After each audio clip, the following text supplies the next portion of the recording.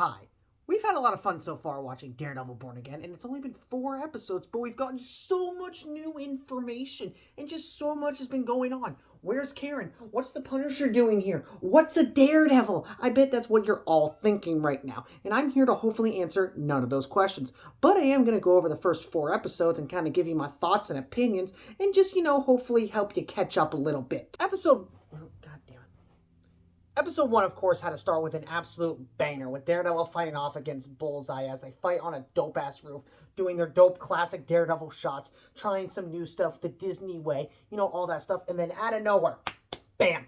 Foggy's dead. Funniest character, gone from the show. Which, of course, everybody is all up in arms about, because why would you kill off the coolest, hottest, sexiest man in all of Daredevil? Not even Matt Murdock can live up to the riz that is Foggy Nelson. But to kind of answer that question, I feel like 2 major things have happened in this show so far that have really influenced Matt the most. One is Foggy's death, and that's kind of why he's retired Daredevil, because he wants to live up to Foggy's true nature, which is his kind, gentle soul who truly followed the rules and followed by the books and believed that justice would always prevail, and that's now what Matt's trying to do throughout this season, which of course, as you know, has been a bit of a struggle. I'm sitting on the floor now because it makes my butt more comfortable, but anyway, yeah, Wilson Fisk is the mayor, and he is having an awful time. He's realizing that being the mayor is just filled with doing checklist item things and smiling for the camera, which is not what he wants to do at all. He is a man of action, and he is constantly taking action, whether it's good action or bad action. Episode 1 kind of just really set the tone for the rest of the series, showing us that this is not the original Daredevil series. This is something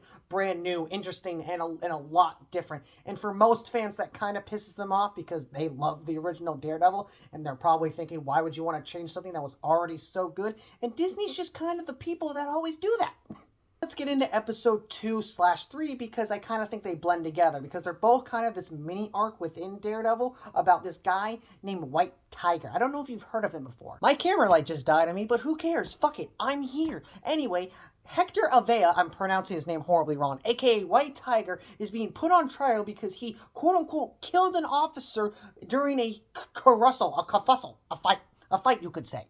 And during this fight, which we all saw happen, a officer tried jumping him, hopped right over his ass, and jumped right first into a moving train, killing himself. But the cops are, of course, like, it was that guy! He did it! He's the bad guy, not me! And you know that Matt Murdock is not going to let this stand, so he steps in defending White Tiger, not knowing that it's actually White Tiger at first until later on in the episode. But anyway, he's trying to defend him. The court is like, nope, he definitely killed this guy. And Matt Murdock's like, fudge, what am I gonna do? While all of this is happening, Wilson Fisk is doing this tour around the state of all these kids saying, we built this city on rock and roll. I never claimed to be a singer. So yeah, nothing really interesting going on with him except for the fact that his marriage is falling apart and his wife cheated on him with another man while he was disappeared for those 2 years. Nothing really that interesting. Anyway, back to the trial. Matt is getting his absolute ass handed to him. There's only one option he has, and it's to use the one character witness that was there the night of the quote-unquote brutal murder.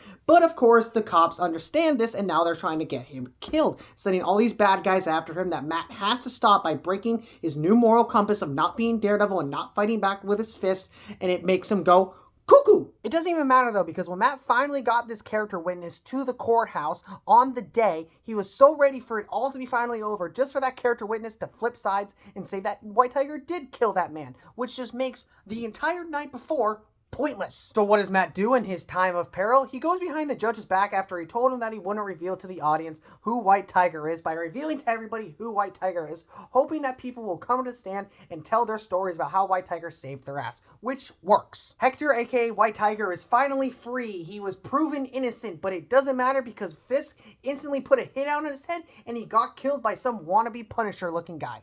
Ain't that a some bitch? And what doesn't make any sense to me is that Matt just kind of let it happen. He knew Fisk would do something like this because he's done it 1.5 million times before, but he just kind of lets it happen. And when Matt finds out that White Tiger is dead, he's just like, ah, darn, couldn't have done nothing about that. But you could have! Finally, we get to episode 4, the best episode of the season so far, because we get 2 major moments where Matt gets challenged into turning back into the Daredevil we all know and love. And the first one is with a guy named Leroy. Now, Leroy is a criminal. He is labeled as a criminal, he's committed several crimes, and he spent a lot of time in jail. Not very long periods, it's always misdemeanors or theft or anything small like that. Hell, for this reason, the reason why he was in jail this time, he was going to get sentenced to 30 days in prison just for stealing a box of fucking cereal. And that's kind of where the bullshit starts for him, where it's just like they spend so much time, effort, and money into throwing him in prison and trying to keep him there when they could just be using that money to help feed him and help give him a house so he doesn't do these horrible things. Which is one giant stab to our judicial system's heart. I've been trying to say that word for 7 days. But now we gotta talk about the Daredevil and Punisher conversation, because dear God, is it depressing. It's just kind of like seeing how Punisher is a little bit more down the road than Matt is in this whole journey of getting over the loss of Foggy, because Punisher's already been there. He lost his boy so many years ago, and he's just kind of telling Matt to get off his lazy ass. Look, he can be a good guy as a lawyer, but he also needs to be the Daredevil that the Hell's Kitchen needs. And Matt just kind of had that realization moment where he's like, okay, I need to get my shit together. On the exact opposite spectrum, we have Fisk, who's finally just been like, look, I've been being told how to be a mayor this whole time, and I'm sick of it. I hate it. I'm going to be the man that I've always been, the man that's been successful, and the man that is psychotic. Because by the end of episode 4, we see him have the locked up man who slept with his wife, who she cheated on him with, and he has him locked in there permanently while he's sitting there eating a dinner right in front of him. That is classic Kingpin psychopathic shit. Now we're kind of caught up, and the big question that I have is, what is the deal with Muse? Because the only amount of Muse we've seen is in episode 4, where we got 2 teaser bits of him carrying a body to what I assume